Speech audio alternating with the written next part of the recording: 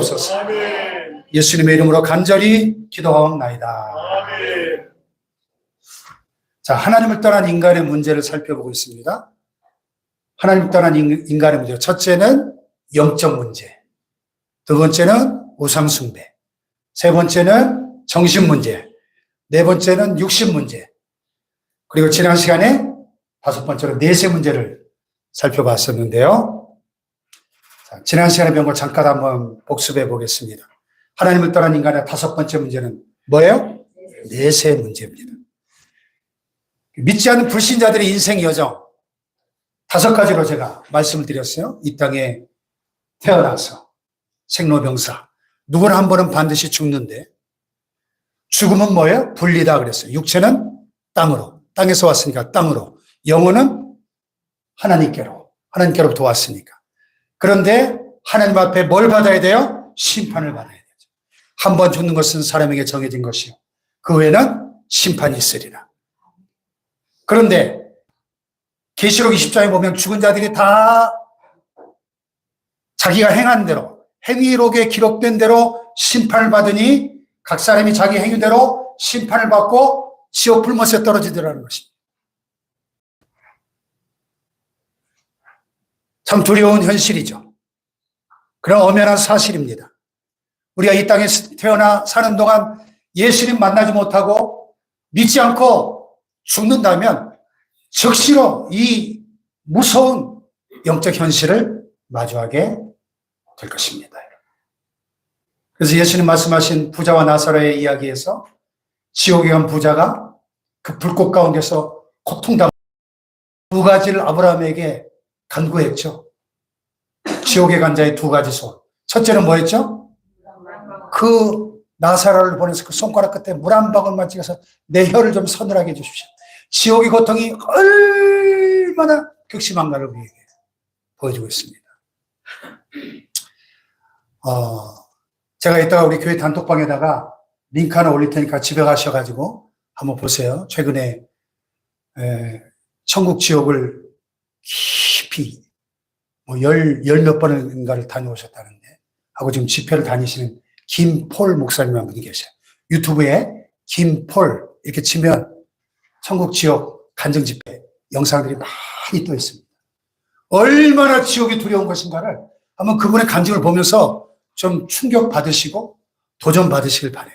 또 천국이 얼마나 놀라운 세계인가를 한번 그분이 직접 경험한 간증들이니까 제가 링크를 올려드릴 테니까 한번 보시기 바라요. 여러분, 지옥은 분명히 있습니다. 지옥이 없다면 예수님이 이 땅에 오실 필요가 없었습니다.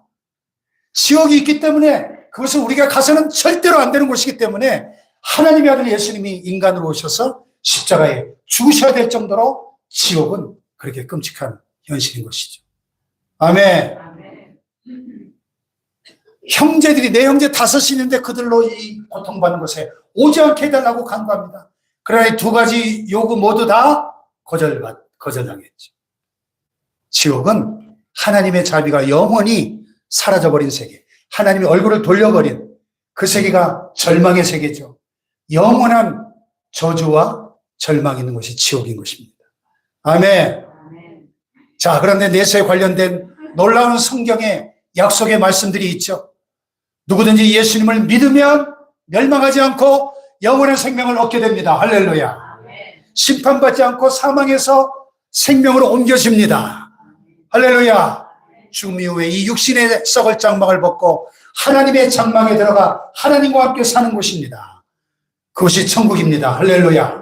모든 눈물을 그 눈에서 씻어주시고 다시는 죽음이 없고 질병이 없고 곡하는 것이나 아픈 것이 있지 않은 놀라운 세계가 기다리고 있는 것이죠. 할렐루야.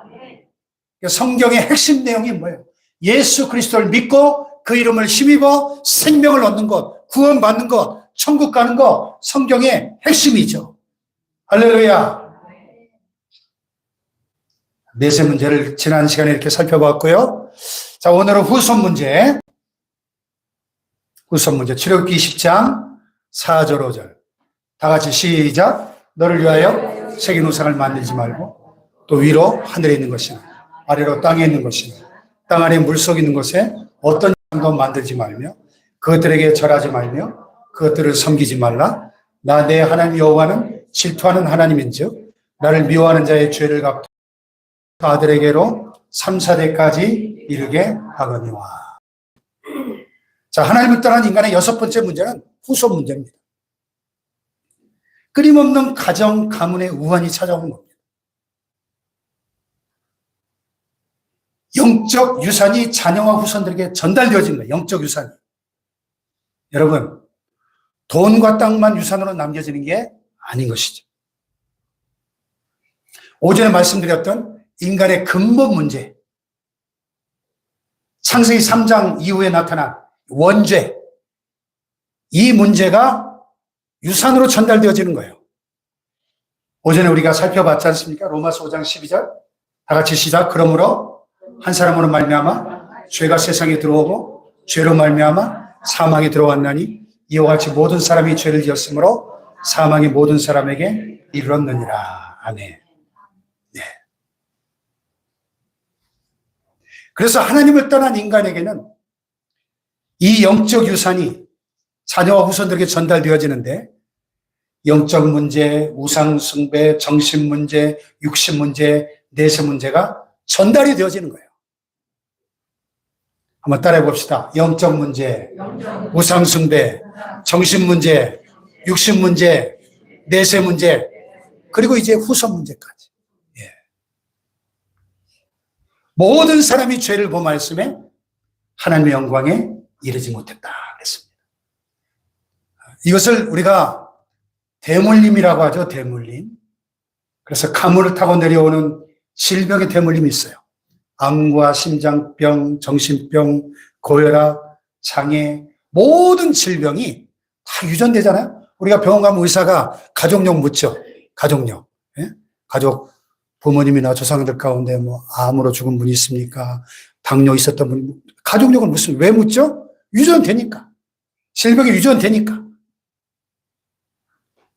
가문을 타고 물려받는 경제 문제 때문에 가난과 파산과 빚보증, 가문을 타고 영향을 주는 가정 파탄의 때문에 이혼과 가정폭력, 가문을 타고 찾아가는 영적 고통의 때문에 자살과 환상과 환청과 가인림. 여러분, 이 어느 그 가문을 보면은 대대로 이 자살한 사람들이 많은 집안이 있어요. 이 자살의 영이 그 집안을 지배하고 있는 거예요. 이번에 그 김세론이라는 배우가 25살 난 그 꽃다운 나이에 자살했죠. 참 안타깝습니다. 여러분, 그게 내 의지만 가지고 되는지 아십니까? 자살이. 그 차례 영이 있어요. 이런 것들이 대물림 된다는 겁니다. 가문을 타고 흘러가는 우상숭배의 대물림. 제사와 고사와 무속, 이런 것들이 이런 가문의 저주를 끊어야 되는 것입니다. 아멘. 가문을 위해서 기도하는 한 사람이 나와야 돼요. 그래서 로마서 4장에 보면 아브라함 이야기가 나오잖아요. 같이 한번 읽어볼까요? 아브라함이 시작. 아브라함이 하나님의 눈에 가까워 있었으니 이런데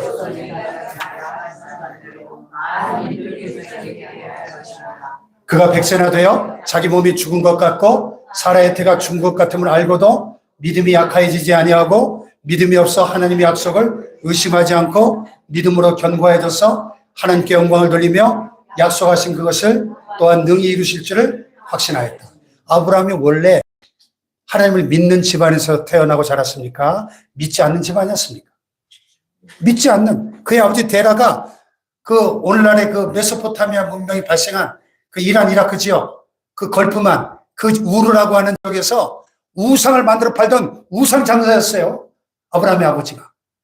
그런데 그에게 하나님이 나타나셔가지고 그를 부르실 때 아브라함이 그 가문에 대대로 부르는 이 우상 숭배의 저주를 끊고 하나님을 믿고 말씀을 믿고 하나님을 따라갈 때 믿음의 조상이 된 줄로 믿습니다. 그래서 우리의 가문의 복음의 바통을 전달할 한 사람만 세워지면 되는 거예요. 여러분이 신앙의 가문에 여러분 1세대십니까? 여러분이 아브라함이 되면 되는 거예요. 자, 믿음으로 시작. 믿음으로 아브라함 부르심을 받았을 때 순종하여 장래 유업으로 받을 땅에 나아갈새 갈 바를 알지 못하고 나아갔으며 믿음으로 그가 이방의 땅에 있는 것 같이 약속의 땅에 거류하여 동일한 약속을 유업으로 함께 받은 이삭 및 야곱과 더불어 장막에 거하였으니 75세 하나님의 부르심을 받고 고향 친척 아버지 집을 떠나 갈 바를 알지 못하고 나아갔다는 거예요. 믿음으로 순종하여 나아갈 때 믿음의 조상이 된 줄로 믿습니다. 예, 여러분의 가문에 복음의 바통을 전달할 한 사람만 세워지면 되는 거예요. 한 사람. 할렐루야. 그래서 가문의 이 우상 숭배의 저주를 끊어줄 한 사람만 일어나면 되는 겁니다. 그래서 여호수아가 가나안 정복 전쟁을 다 마치고 12지파의 땅을 배분하고 그의 말년에 죽기 전에 이스라엘 백성들에게 결단을 촉구하면서 이렇게 이야기합니다. 자, 여호수아 24장 시작. 여호수아가 모든 백성에게 이스라엘 하나님 여호와께서 이같이 말씀하시기를 너희에게 너희 조상들 아브라함의 아버지 나홀의 아버지 강 저쪽에서 잘하신 을 숨겼으나. 아멘.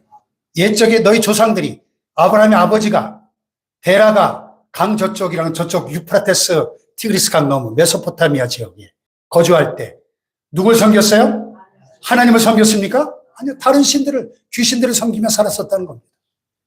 그런데 아브라함이 믿고 순종하며 하나님의 부르심 따라 갔을 때 그 가문의 우상 숭배의 저주가 끊어지고 축복받은 이스라엘 민족의 조상이 된 줄로 믿습니다. 여러분. 여러분 한 사람 한 사람이 여러분 가문의 아브라함이 되어야 합니다. 옆에 분을 축복합니다. 여러분 가문의 아브라함이 되세요. 여러분 가문의, 당신 가문의 아브라함이 되세요. 할렐루야. 가문의 우상 숭배를 끊어줄 한 사람만 일어나면 돼요. 하나님의 부르심을 받을 때 창세기 12장 다 같이 시작. 여호와께서 아브라함에게 이르시되 너는 너의 고향과 친척과 아버지 집을 떠나 내가 내게 보여줄 땅으로 가라. 내가 너로 큰 민족을 이루고 내게 복을 주어 내 이름을 창대하게 하리니 너는 복이 될지라. 너를 축복하는 자에게는 내가 복을 내리고 너를 저주하는 자에게는 내가 저주하리니 땅의 모든 족속이 너로 말미암아 복을 얻을 것이라 하신지라. 이에 아브라함이 여호와의 말씀을 따라가. 할렐루야. 우상 숭배 저주를 끊어버려요. 여러분 우리 민족이 5,000년의 역사를 갖고 있는데 5,000년의 역사 속에 불교를 섬기고 공자를 섬기고 온갖 무성 신앙을 따라 살 때 우리 민족의 역사가 얼마나 비참하고 힘들었습니까?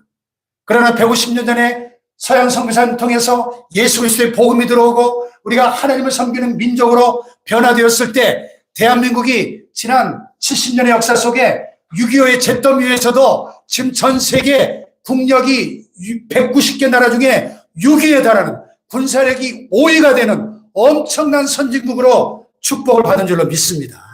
하나님의 축복의 결과 아닙니까? 네? 할렐루야. 가문의 우상 숭배를 끊어버려. 이 저주를 끊어버려. 한 사람만 있으면 된다는 한 사람. 여러분이 그 한 사람이 되어야 합니다. 할렐루야. 그래서 이 일을 했던 아브라함은 믿음의 조상이 되고 이스라엘 민족의 시조가 돼서 오늘날까지도 이스라엘 민족이 가장 자랑스러워하는, 가장 존경하고 추앙하는 인물 아브라함. 우리는 아브라함의 후손입니다. 딱 목에 힘을 주고 선민의식을 가지고 그렇게 자랑하는 영광스러운 명예로운 그 이름이